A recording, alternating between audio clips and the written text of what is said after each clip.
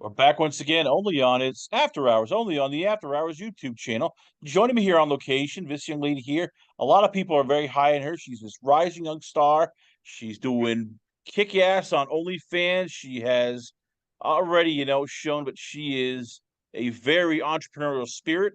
She also has her own website. Well, she already is, well, I would say a star in the rising. I give her the creative, the Oh, productive, and the very intelligent.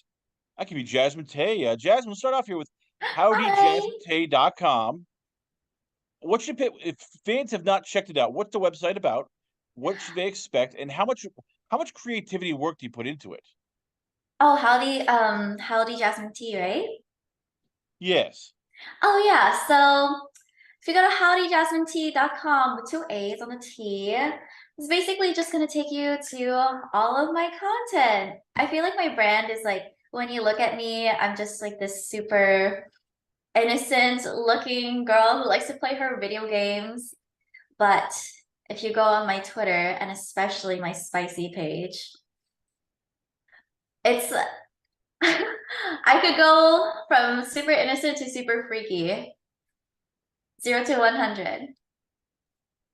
so I love that. One of the things I like is also the creativity. Like you get, you do some cosplay, you do regular boy girl, you're doing, Mhm.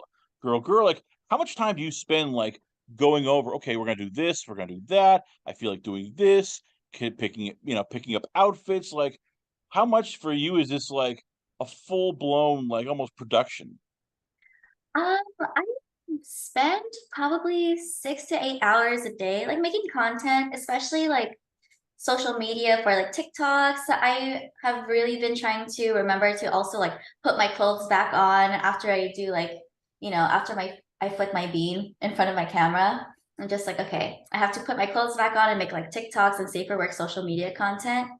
Um, and I also try to you've like talked about my cosplay.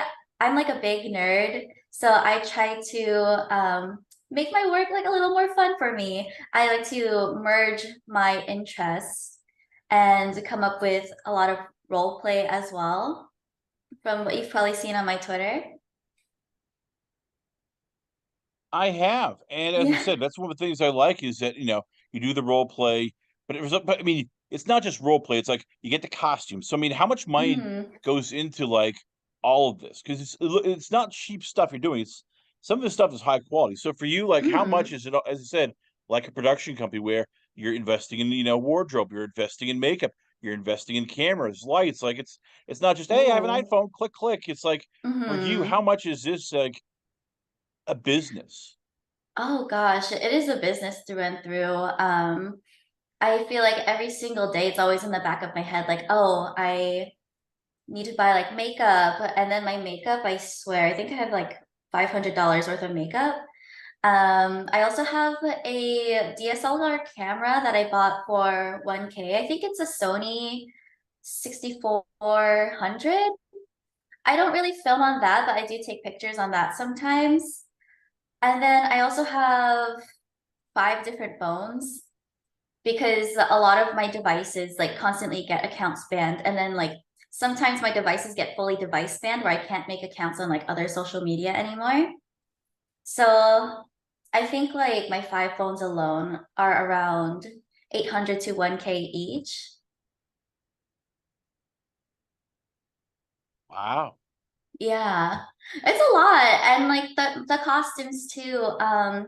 Again, I like to say I love cosplaying. I also love Twitch streaming. I have my full PC setup.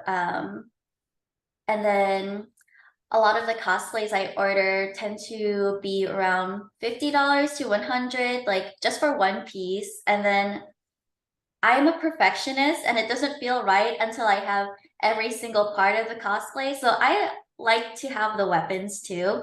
I don't know if you can see in the video, but I have some weapons in the back. So I try to like get everything and make sure that you can see the quality and you can see the effort in my content. For you, as you said, you're doing the Twitch channel. So Mhm. it's almost like you have to wear different hats when you're doing the OnlyFans and when you're doing the porn, you're getting naked, doing some hot freaky stuff. When you're Mm-hmm. doing a cosplay, it's more like again the mentality of all right, I am the character, I am doing this. You try to go full out. When you do the Twitch, how different is that? Like, what are some of the things that you go through your mind when you're doing like, okay, we got to play video games, we can interact, like, because all of them, you have to be like a different mood, you have to do different stuff, and you don't want to Mm-hmm. basically be like the same character. You want to be like because you're marketing to different groups. Mm-hmm. Definitely. I personally find my OF persona and also my Twitch persona and just my personality in general not to be too far off from each other. My OnlyFans brand and my porn brand is Geeky Gamer Girl. And then on my social media, it's also Geeky Gamer Girl. And my personality at heart, Geeky Gamer Girl. My OnlyFans is just where I kind of add the extra oomph with the sluttiness and the porn and the freaky shit. What's your favorite thing to do of all three? Because each one, as you said, you do great work on. But give me like for you things you enjoy doing the most. Like for you, like what is it you enjoy performing the most? Ooh. Well, my heart is always in porn. That's how I started my social media presence. I started posting my nudes on Reddit back when I was in college. And I intended to have it be a short-term thing, but once I graduated college, I was like, wait, I actually really enjoy how creative I can get with my sexuality and how I can merge the two together by making these videos for people to come to. Um, so I'd say that's probably my favorite part. I also really like kind of just interacting with my fans. Um, so Twitch Twitch is like something I just started last year, but it's also another thing I've like come to enjoy. All right, so what for you is like the ultimate thing? Going to the AVN Awards and getting an AVN Award, or going to Comic Con and sort of winning like one of those Comic Con awards? Because as you said, Mm, you love the porn, but you love the cosplay because that's for you like your creativity where it's like, ooh, I gotta put this outfit with this, I gotta make sure I have this mm. sword, this weapon. Like I'm guessing because each one is different, but at the same time you love them. Yeah, it's really difficult because it's like I feel like with my work I try to like merge the two, and I don't necessarily like have to or at least I feel like I don't have to be so different in the two um the two spaces I have like been in, you know? What's your favorite character that you got dressed up as? Give me the one Oh my character you look and go, this is my favorite. Oh my goodness. Have you seen my Chun-Li cosplay? That one has to I be my have. favorite. I love that one. I made a porn video in that recently. I haven't released it yet, but it's a pretty good one. Why Chun-Li? Why is that the character for you that you just love the most? Um, I think it's because when I think of Chun-Li, when anyone thinks of Chun-Li, it's strong woman with like big skull-crushing thighs. And I have been trying to I've been working out more recently, and when I work out, someone asked me, "What is your goal physique?" And I just automatically think Chun-Li. So whenever I cosplay as her, I feel like, oh, I am this strong woman that can like crush your skull with my thighs. She's my favorite. It's I gotta say it's tough being a content creator because you're trying to find people to collaborate with, and you're this Hmm. beautiful, very adorable, very sexy woman. You also are a Oh. very petite woman. So how tough is it like trying to figure out is this guy legit? Is this person not? Are they gonna take advantage of me? Is this guy a bit Hmm. creepy? Like how tough is it finding content creators that you can trust? Oh, that's a good question because I didn't start collaborating with male creators until last year. And that was definitely one of like my biggest fears, like kind of collaborating with someone who didn't have good intentions. So what has helped me is meeting them at these conventions like AVN, XBiz. I even had a random creator like approach me at Anime Expo saying like, "Oh hey, I am also a OnlyFans content creator. I would love to like collaborate with you sometimes." And he was super nice and respectful. And just from like that 5 minute interaction, it told me like, okay, like I feel comfortable like with this person. I am interested in working with them. So that like I feel like face-to-face interaction has been very important for me navigating through who I want to work with. Now with women, how tough is it in a Mhm. different way where you're competing against them and you're trying to find people who are like, okay, I'll collaborate, and yet at the same time, it's like they look at me, you want to make sure, there's certain who look at you as a threat because you're doing something similar. They look at you as a threat because, hey, you also are a cosplayer. Hey, they look at you as a Mhm. threat because you're doing well on OnlyFans and they're trying to get into that market. So how tough is it sometimes getting other female collaborators who want to do what you do, who enjoy doing it, and then also enjoy women and you can trust? Mm. That's a tough one. Yeah, that's a good one too. I feel like I personally don't think of other people as like my competition. So when other like women who are super sweet and like within the same niche as me want to collaborate, I will just be like, okay, yes, in a heartbeat, especially if it seems like we vibe together through texting. Um, it is really difficult to tell whether their intentions, like how they see me, do they see me as a threat? Because I feel like online a lot of people have this mask. Um, Thankfully I haven't met anyone who had those sort of intentions or see me in that way. But if I do see anything online that kind of like shows me that, oh, they see other people as a competition, then I wouldn't be like super interested in working with them. So who are your favorite people to work with? Give me some people that you enjoy because you like them. They Mhm. do passionate scenes. They're good people, and you can almost look at them and say, "You're kind of a friend. I like you. I want to hang out with you a bit." Oh my goodness, there's so many. Let's see.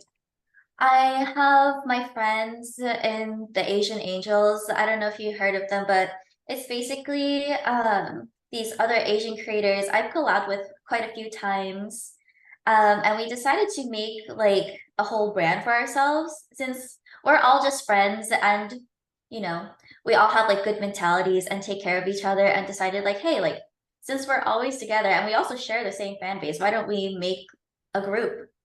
And that like consists of Rocket Reina, Uwu Tofu, people like that. I also really enjoyed collaborating with Leo Weiss. Leo Weiss is a very sweet person. He was one of the first people I met um, at my first XBiz. Who else? Oh yeah, and my co-stars from Ashford Manor. Um, they're all amazing. They were also fun to work with, especially since it was my first production. They definitely helped me calm my nerves on set. With all this going on, the running Mhm. joke is always, hey, it's great to be a porn star. You get to make your own schedule. Next thing you know, it's, yeah, I'm working 20 hours a day. I have 4 hours of sleep. I'm drinking three Mhm. three gallons of coffee. I'm all set. Where's that noise coming from? I don't hear it. It's like, and you know what I'm talking about. You always are like working. Mhm. You're working. You're working. Like, for you, when did you figure out how to have it, perfect harmony of, all right, I'm going to work these amount of hours, and then I'm going to take a break, and I'm going to, have this day off so I can just relax. Oh goodness. Honestly, I'm still struggling with that because even on my off days, I'm still like checking through my social media, like trying to post them done too. I run all of my social media accounts by myself, so it's it feels like I always have to do something. Um, but I have been trying to take at least my Wednesdays off or at least like Saturdays as well, where I just don't touch my phone and just enjoy myself. It's still a really big struggle of mine though, kind of creating this healthy schedule where I am not always on my phone or not always like um working, you know? So how tough is that explaining to people, especially family, when it's like, put the Mhm. phone down. We're having dinner. Put the phone down. We're going to the beach. Put the phone down. It's your sister's birthday. It's like, no, mom, I have to upload these videos. No, mom, I'm doing it. I ordered this cosplay outfit. No, mom, look, I got to up. This squiggly line is not going through the video. I can't figure it out. I got to fix it. How tough is it explain to them like this job doesn't sleep? It's like a baby that needs to be fed. Oh my goodness. Oh, I like that analogy because it really does feel like a baby that needs to be fed. Let's see. I feel like thankfully the people I have surrounded myself with, they all know what I do, so they don't really give me shit for being on my phone all the time. And I feel like I am also a very in the moment person, so when I'm hanging out with someone, I make it an effort to kind of just like put my phone face down. And that's helped me a lot. With my family, they already know what I do as well, so they're more understanding too. How easy was it having the family sort of understand where it's like, look, mom, dad, this is what I'm doing, and they're not going, oh, you're just how shameful, especially in an Mhm. Asian culture where it's very conservative, very, you know, upbringing. Every family is very together. Like, how for you? Like, how nervous were you when you first approached them and told them, "Hey, yeah, this is what I'm doing," and how relieving was it when they're like, "Okay, yeah, well, we support you." Oh my goodness. I wish that was what happened because my parents actually found out by looking through my bank statements. And this was way before OnlyFans too. Let me see.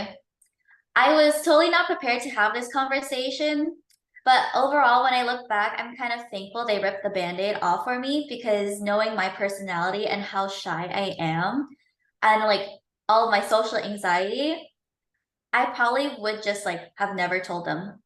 Um, and like you said with the Asian culture, parents are very like Asian parents are so traditional. So they did lash out when they first found out, and we didn't talk for a while. I don't think I talked to them for a year until they reached out and said like, "Oh, hey, like, okay, we finally like we don't really I guess they're not like ecstatic about what I chose to do with my life, but they like are accepting of it, which is way better than how it was before. What's the plans going forward for you? Because this is always an industry where you have to adapt. You have to do this. You have to do that. So for you, like, what are some of the things you're looking at going, I want to do this next. I want to do that next. This is something that I've had on my mind for quite some time. Ooh, well, one of my steps in the more recent future, I would love to start a YouTube video, or not a YouTube video, a YouTube channel. Um, because I think that's the only social media I haven't really like tried out yet. I have a Facebook, I have Twitch, Twitter, Instagram, TikTok. Um, So YouTube is like the only like main social media I haven't like made an account and established myself on. It's just like getting over the initial kind of perfectionism in me, like wanting everything to be perfect before I start. However, I know the best thing to do is kind of just like post a damn video and tweak everything later. So how do you go about for your YouTube channel? Like, what are some of the things that you're wanting to do? Because as you said, everybody wants to do a podcast. Everybody wants to do a YouTube channel. And it's like, okay, what am I going to do? Well, how am I going to get guests? Like, Mhm. so for you, like, what's the next step in terms of like, okay, you have this idea. How much time do you spend like making sure, okay, you have everything lined up before it actually happens? Oh my goodness. I think the last the last social media I made was my Twitch. That was last year. And I planned on like streaming on Twitch years like before that, like back in COVID. And I didn't do it until 2022 because I was just so scared. And I was like, okay, I have to get a certain kind of camera. I have to get a certain like microphone in order for like the quality of my streams to like be good. I have to get a PC. When in reality, I didn't really need those things. I just needed to turn on the camera and like be myself. But yeah, that like I spent so much time preparing down to like, okay, what is my streaming schedule gonna be? Um, and then I didn't even stick to that schedule because like I didn't like it. So I think that's probably gonna be it's gonna be a lot of preparation before I start my YouTube, mainly because of all these like worries in my head, probably thinking, okay, like I need to do this or else this happens. When in reality, I just need to jump into it. So give me the bucket list of term of things Mhm. you want to do with, let's say, short term, long term, and just like dream scenarios. Like, because I'm guessing there's all these things. You have all these things you haven't done yet. Like, so for you, like, what's the short term bucket list? What's a long term bucket list? Ooh, short-term bucket list. The YouTube channel, and then continuing to grow my socials. And I would also like to do more mainstream studio scenes. I think I have gone to a point where, okay, I think I would be comfortable doing more of those. Um, long term, let's see. I do see myself doing porn for another like 5 to 10 years or so, since like in my core, I am a true whore. I also would love to become more of like a Twitch personality and just like social media personality, continue to grow those down the line. Well, there you have it, ladies and gentlemen. We are once again happy to have you here on the show. I give you the very sexy, the gorgeous, the beautiful. I give you it's Miss Jasmine T. Yeah. So, Jasmine, before we let you go, where can fans check you out at? Where is the YouTube channel? Where is the OnlyFans? Where is the ManyVids? Where is the Twitch channel? Instagram. Where can fans hit you up at? Ooh, well, if you go to Howdy Jasmine T with 2 A's, howdyjasminet.com, that has all of my socials. My OnlyFans is Jasmine T. Instagram, Jazz T with 2 A's again. Let's see, TikTok, Howdy, or no, I think it's Jasmine T Howdy. I have so many social media accounts, but if you type in Jasmine T, you'll probably find all of them. Yay. Thank you so much for having me, by the way. This was a lot of fun. My pleasure. Jasmine T, ladies and gentlemen, once again, always an honor pleasure to have her on the show. We come back, a lot more going on here, only on its After Hours, only on the After Hours YouTube channel.